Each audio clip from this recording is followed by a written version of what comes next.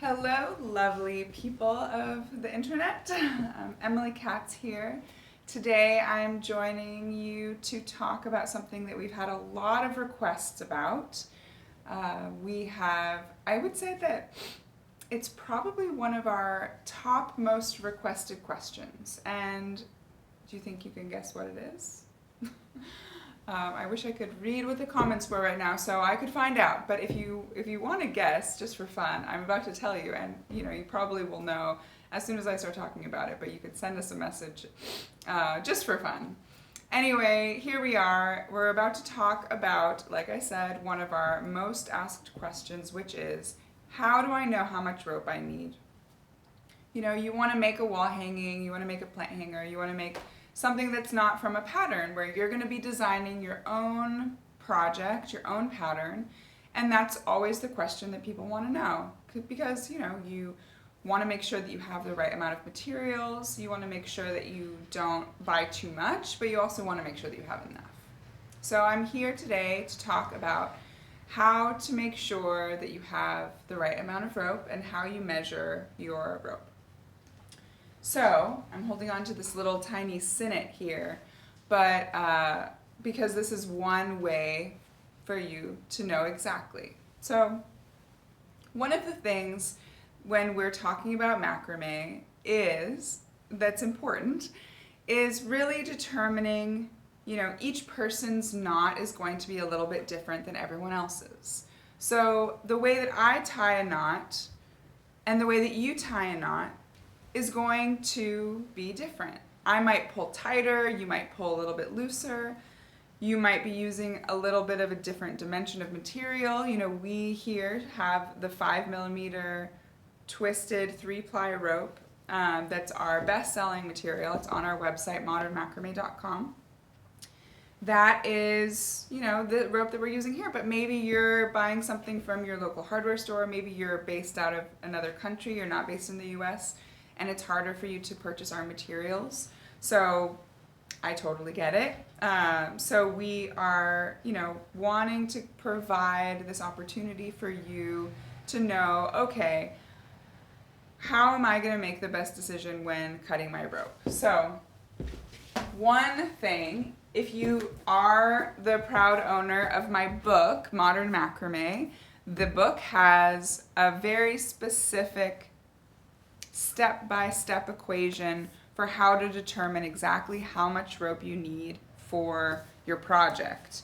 For those of you who have it, we can just go to the page that it's on. It's in here somewhere. It's so funny, you spend so much time writing something, but it's been some years. Okay, so if you have a copy of my book, and you want it signed, come to Portland and visit our studio, and I'll sign it for you. No, just kidding.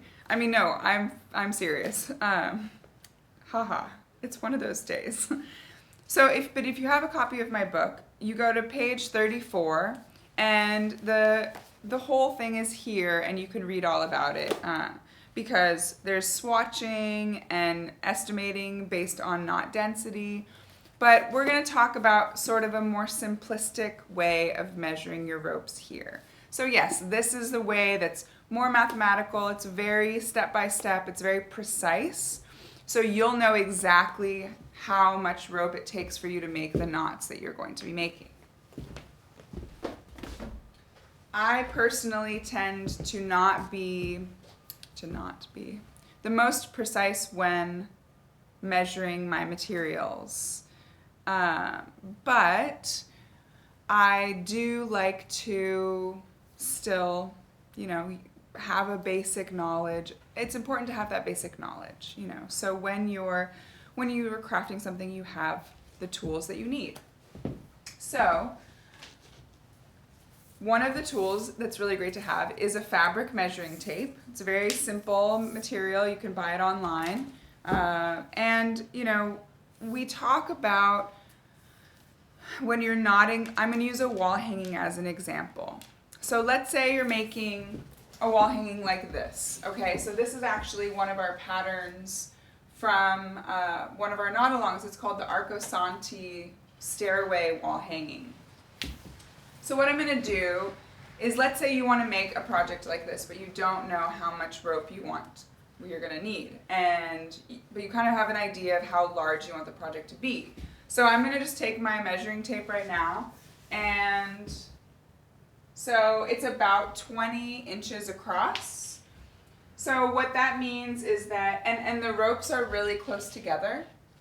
So I can measure right here and say, okay, in order to do 20 inches across, and I want the knots to be really close together, I know that each square knot takes around, it's 2 ropes folded over, and that's about 1 inch. So for every inch, when I have a dense piece like this, and anytime I'm doing any horizontal double half hitch, I'm always going to want the ropes to be really dense and tight together.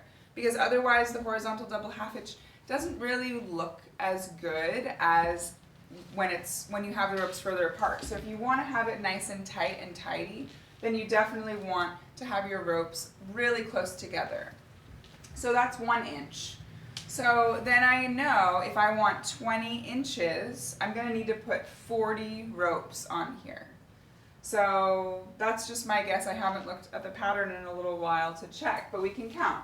2, 4, 6, 8, 10, 12, 14, 16, 18, 20, 22, 24, 26, 28, 30. Okay, so I did it a little bit differently because these ones aren't knotted. But I would say between 35 and 40 ropes, but you're going to want an even number. So to make that, and especially because the knotting is a little bit different in the center, but you can always add or subtract based on, you know, your exact size piece. But because this does take, you know, 1 inch is 2 ropes, you're going to want to just think about that. When you cut your 2 ropes, you're then going to fold it in half and put it on your wall hanging dowel with that lark's head knot, which is a pretty simple mounting technique. It's kind of like the basic mounting technique that we use. So that's for how long I want it to be. If, for example, let's see, I don't have anything really loose in the studio right now, but if, for example, you wanted to make a really loose, flowy wall hanging, something that has a lot fewer knots and a lot less dense, you could do, you see here, this is so much dense knotting. But if you wanted it to be really open with a lot of negative space between each knot, then you could really have much fewer knots. You could have much fewer ropes at the top. So that's one thing to explore in your wall hangings if you're making something very dense or if you're making something much looser. For example, this is just a picture on the back of my book, but it's showing, that there's a lot more negative space between each rope. And so the knots that you're going to make are going to be, there's going to be a lot more negative space in between. So that's about how wide you're going to want it. You could maybe do half as many. So maybe you could put 20 ropes on this. Or maybe you want to have some extra and have some hanging on the side, as extra fringe on your wall hanging. So that's a little bit about how many wide, how many long. So how long do I want my ropes to be?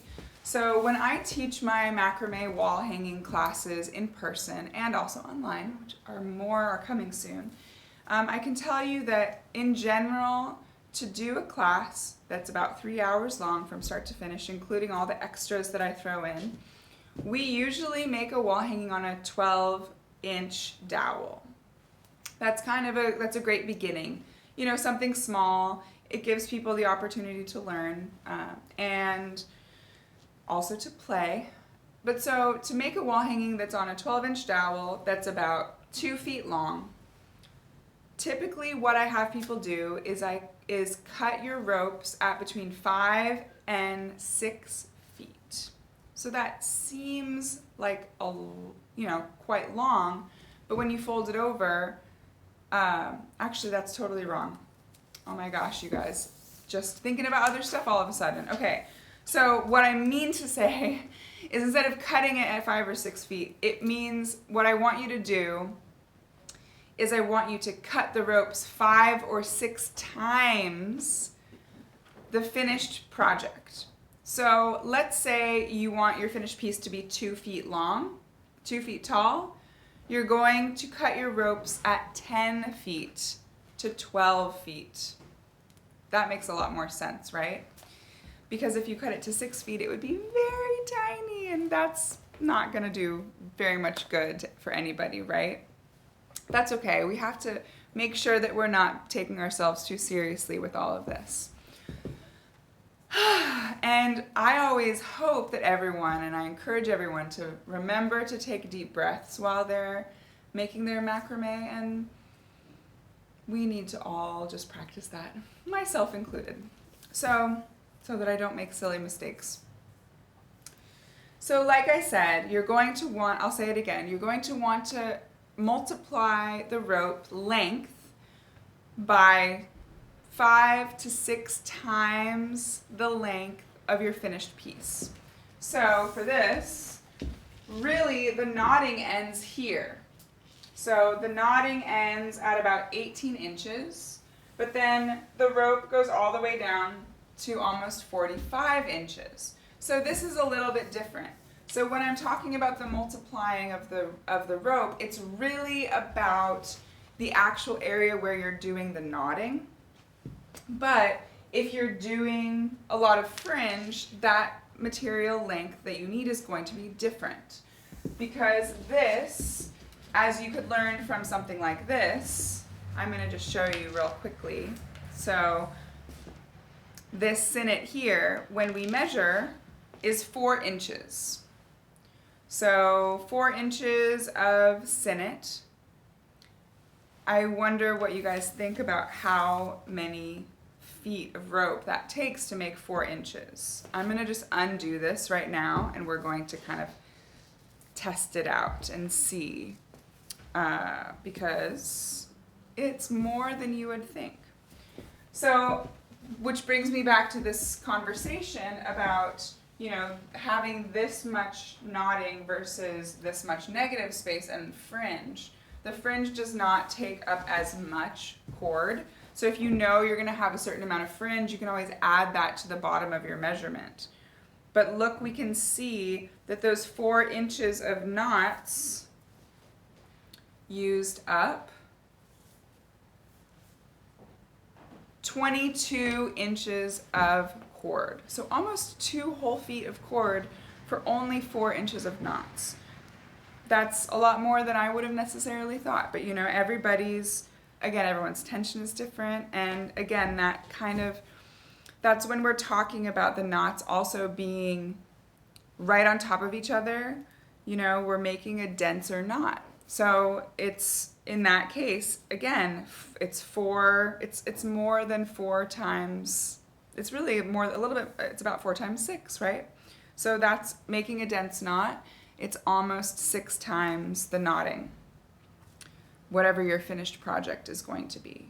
So that's a little bit about this material. Every material is going to be a little bit different. If you're making something very small and very detailed, you might need more material. If you're making something, you know, or you might need less because of what the knots end up looking like. You know, this knot, each knot takes up almost 6 inches of rope.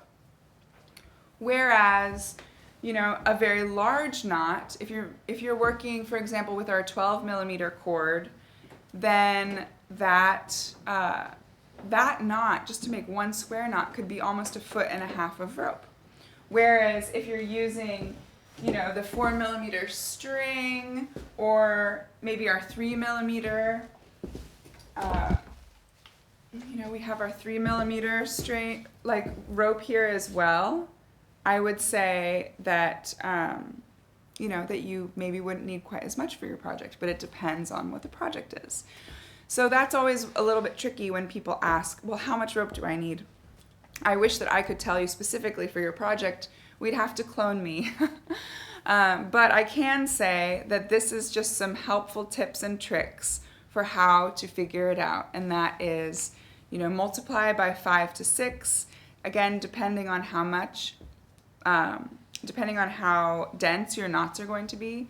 And then the other thing that I like to say is always then add a little bit more. You can always add 10 extra %, because the worst thing that can happen is that you run out of rope in the middle of a project. It's such a bummer. It's happened to me so many times when I was first getting started. And the one thing, though, that I can say about it is that it has encouraged me to find more flexibility in the knot tying and make kind of a more playful, have a little bit more of a playful experience around it. Because, if you're making a wall hanging and you run out or one of your ropes becomes much shorter, then it gives you the opportunity to maybe add something in, or add a square knot somewhere else, or maybe add fringe, or just change the pattern, or have the bottom be a little bit more asymmetrical and wavy, which can be really fun. So don't fret if you find that your project doesn't, if you don't know exactly, or if you get to the end of a piece that you've loved working on and, you run out of cord, because there's lots of ways to add cord in as well. And we're going to be talking about that again in the future, some tips and tricks for how you can add cord just in case you have run out of cord in your project, which totally happens. Even if you follow these tips and tricks to a T, you can still run out. Just depends on the project that you're working on. So again, really excited to be able to stop in and say hi to you guys today, and please stay tuned to our future projects, and we'll be on here again soon. So thank you so much, and take care.